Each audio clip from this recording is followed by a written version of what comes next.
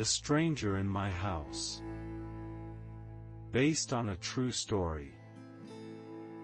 I began to notice that something in my apartment was moving, food went missing, doors were left ajar, and I kept telling myself I was just becoming forgetful, until the day I climbed up into the attic and saw the nest. I remember standing in the kitchen, holding an empty plate. The night before, there had been food on it. I knew that. I even remembered the taste, rice oversalted, the chicken dry.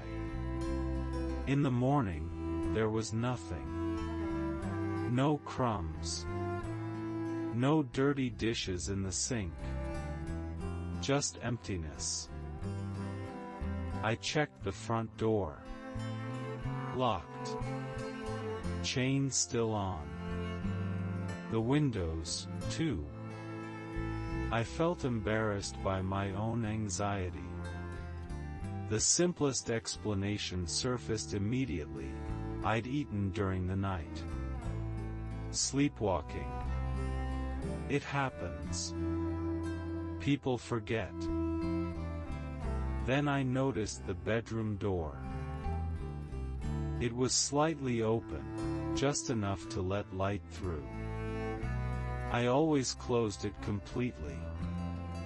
That mattered to me. I couldn't explain why, but I hated sleeping with the door open. I started to get angry. At myself. At that sticky, crawling sense of unease. I decided to approach it rationally. I bought a small camera and set it up in the kitchen, pointed at the fridge and the table. I told myself, if it's me, I'll see it.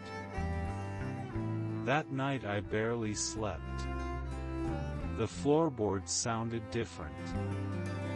The air felt thicker, heavier. In the morning, I grabbed my phone immediately. The recording was there. I fast-forwarded. Hours slipped by, an empty kitchen, nothing happening. Then the footage cut off. The file ended at 2:17 a.m. The camera had simply shut down. I remember the exact moment the thought occurred to me for the first time. Asterisk, it wasn't me. Asterisk. I could have called the police. I could have contacted the building manager. I could have moved out. But instead, I made the one choice that sealed everything. I decided to figure it out myself.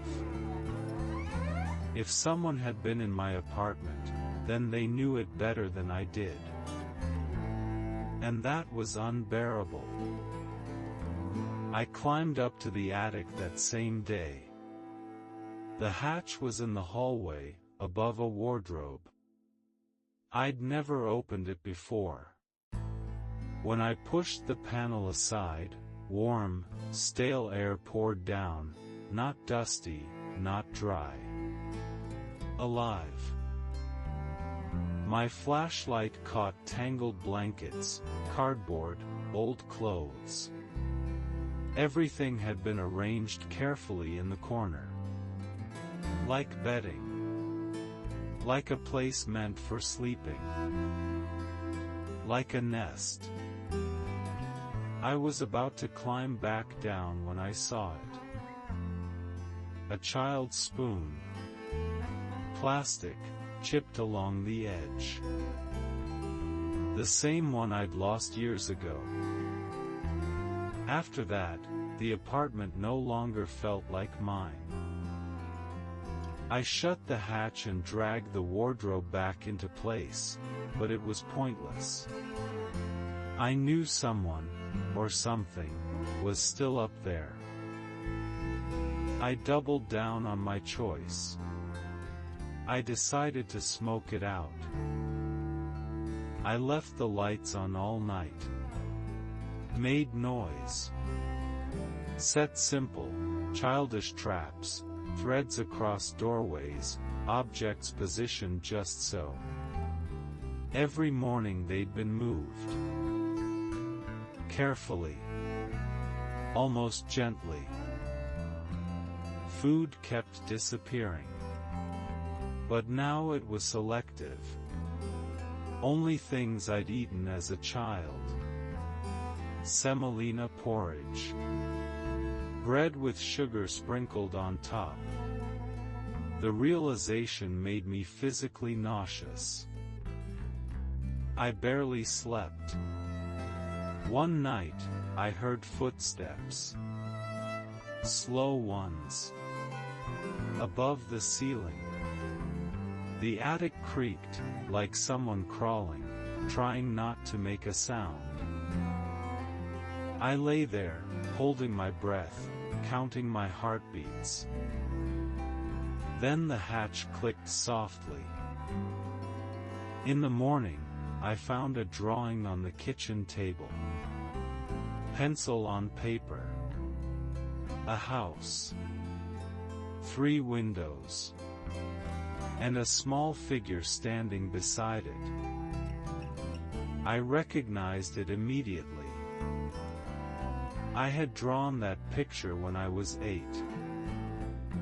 That's when I broke. I screamed. Threw a mug against the wall.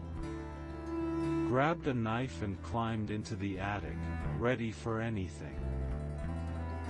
The nest was empty. Warm. I could feel it with my hand. That evening, my mother called. She was crying. She said she'd found some of my old childhood notebooks.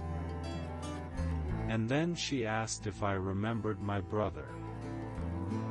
I never had a brother. That's what I'd always said. The memories came back slowly. Painfully, like trying to breathe through broken ribs. He existed. He was younger than me. Quiet. We'd lived in this same apartment. The attic had been our secret.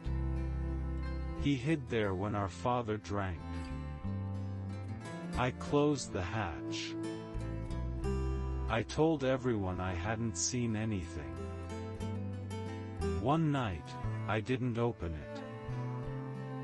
Not because I didn't hear him, but because I was tired of choosing. For a moment, I thought I knew how to fix everything. I set the table. 2 plates. Left the lights off. Sat on the floor and said his name out loud. He came down. I didn't see his face. Only a silhouette. Too thin. Wrong in a way I couldn't describe. He sat across from me. And started eating. Then he spoke, in my voice. Are you going to close the hatch again? I understood then. It wasn't him. It was what remained. And it didn't want forgiveness. It wanted space.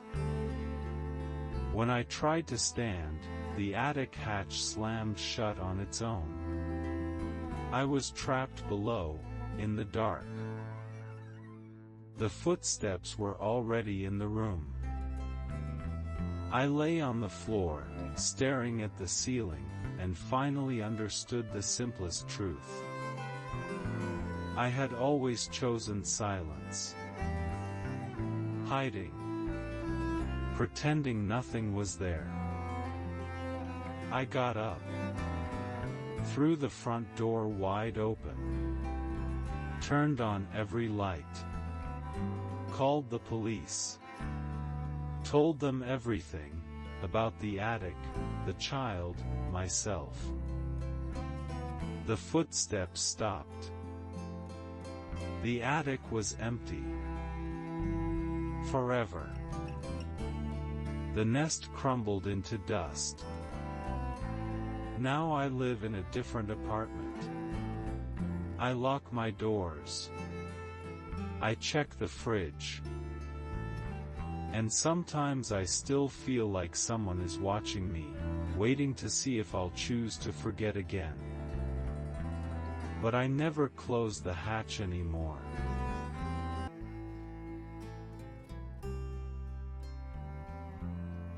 The list of rules.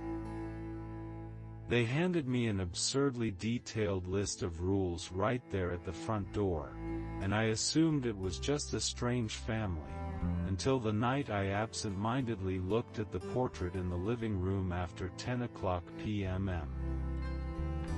I remember holding the pages in my hands, 3 sheets, covered in small, dense text. The woman who owned the house spoke calmly, almost tiredly, as if she were apologizing in advance.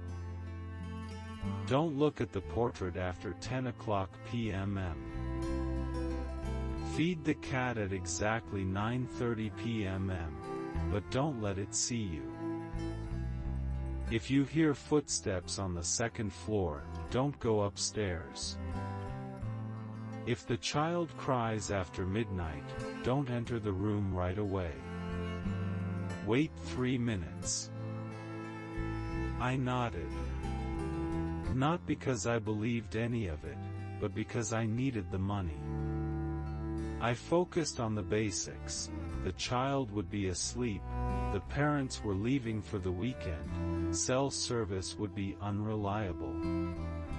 The house was old, large, and unnervingly quiet.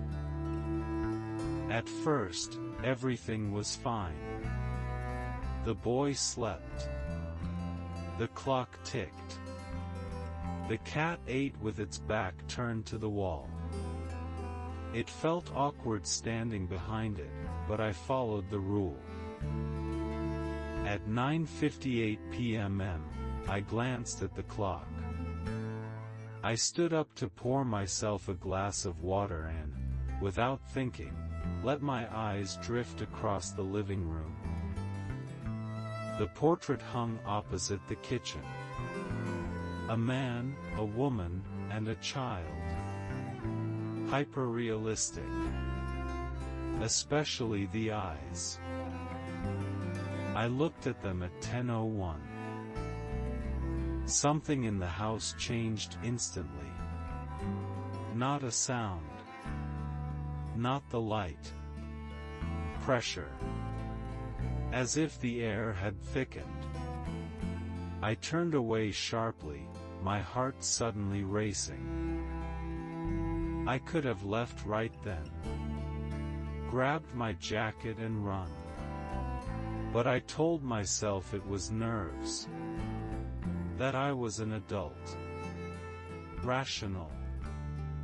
I made a choice, to stay and act as if nothing had happened. That's when I heard footsteps upstairs. I sat on the couch, telling myself it was an old house. Wood settling. Temperature changes. But the footsteps came again. Slow.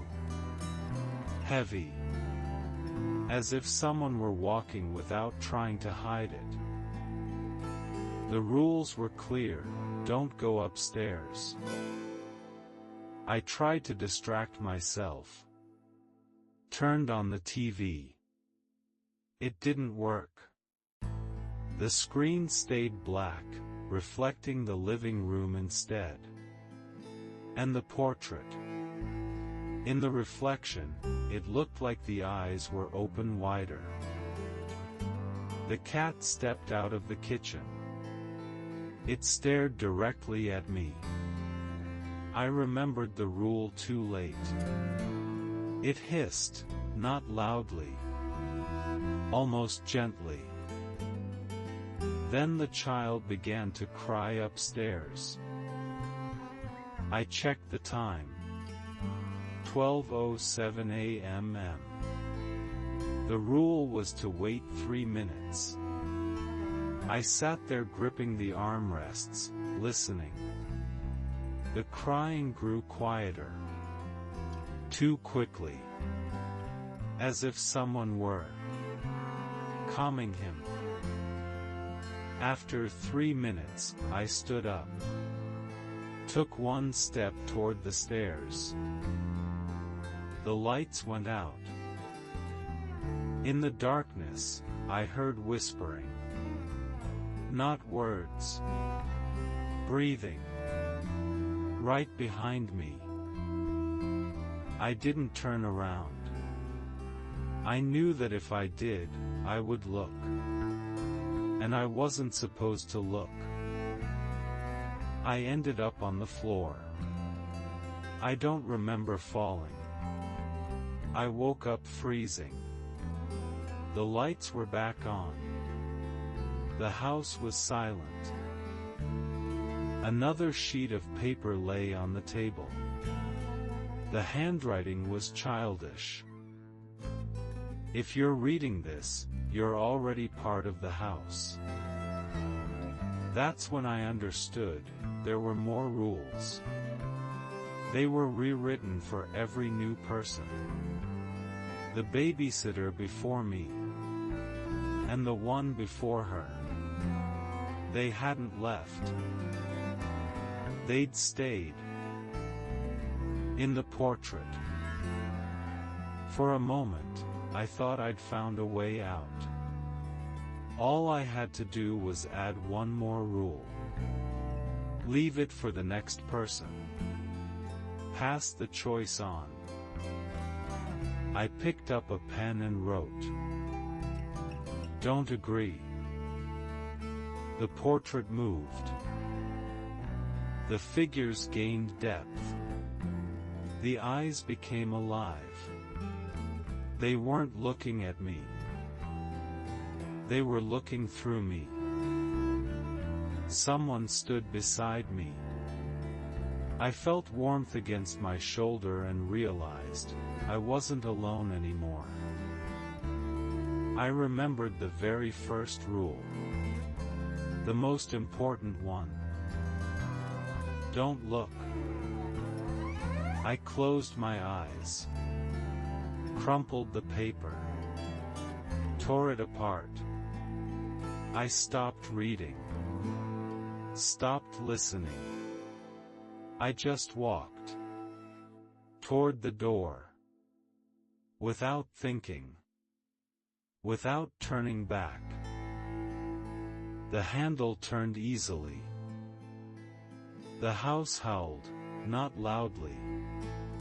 Hurt. I stepped outside. Now, looking back, I understand. The rules only worked as long as you obeyed them. As long as you believed. Sometimes I still dream of the portrait. But in my dreams, I always walk past it. And I never agree to read the list all the way through again.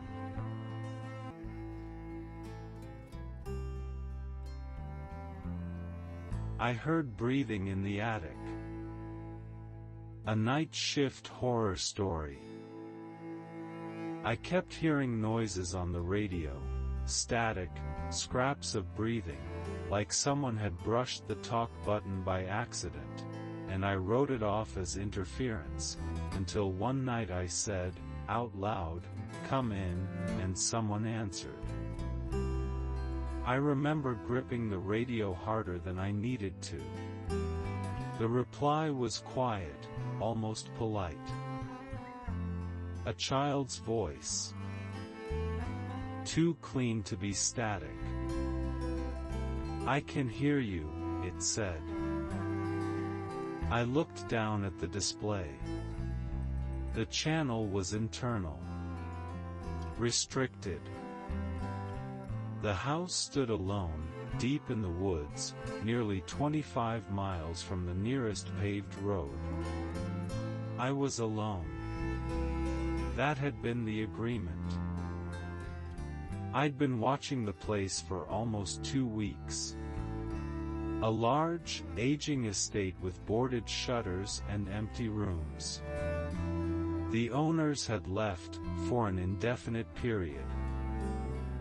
They'd given me instructions: patrol the grounds, stay out of the north wing, keep the radio on at all times, and never respond if I heard voices.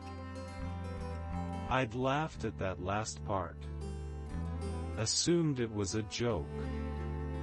Or the paranoia of wealthy people who'd spent too long alone. "Who is this?" I asked before I had time to stop myself. Silence. Then static. Then the voice again, closer. "You're on duty. You're supposed to answer." My mouth went dry. I told myself it had to be a radio hobbyist. Someone messing around with frequencies. A coincidence. I turned the radio off. The house became instantly, unnaturally quiet. I stood in the foyer, listening to my pulse pounding in my ears.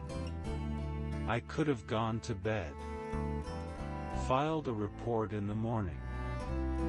But a feeling had already settled in me, heavy and certain, that if I backed out now, something worse would happen. I turned the radio back on. "Come in," I said. "Identify yourself." At that exact moment, a light snapped on in the north wing. I wasn't supposed to go there. That was rule number 2. The north wing was always locked. But the light was on. I could see it from the hallway, a thin line glowing beneath a door that had never shown light before. The radio crackled on its own. "You're close," the voice said. "I hear your footsteps." It didn't sound like a child anymore. It sounded like something trying to. I moved slowly, testing each step. The floors didn't creak. The house felt like it was holding its breath. When I reached the door, the light went out. The handle was warm. "Don't open it," I whispered to myself. "Don't." The radio popped. "You already did. You just don't know it yet." I pulled the door. It opened easily. Inside was a child's room. Old. A crib. Toys. Faded wallpaper. And a baby monitor on the nightstand. Turned on. It hissed with the same sound as my radio. I stumbled backward, hitting the wall. At that moment, the radio screamed. "Signal's weak. Come closer." I dropped it. It clattered to the floor, but the voice didn't stop. It wasn't coming from the radio anymore. It was coming from the ceiling. I ran. Slammed the door shut. My heart was pounding so hard it felt audible. I barricaded myself in the security room with a chair. Pathetic. I knew that.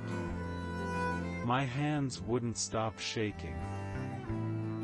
The radio lay on the desk. I didn't touch it. It stayed silent until 3 a.m. Then it turned itself on. "You didn't check on the children," the voice said. "You always forget."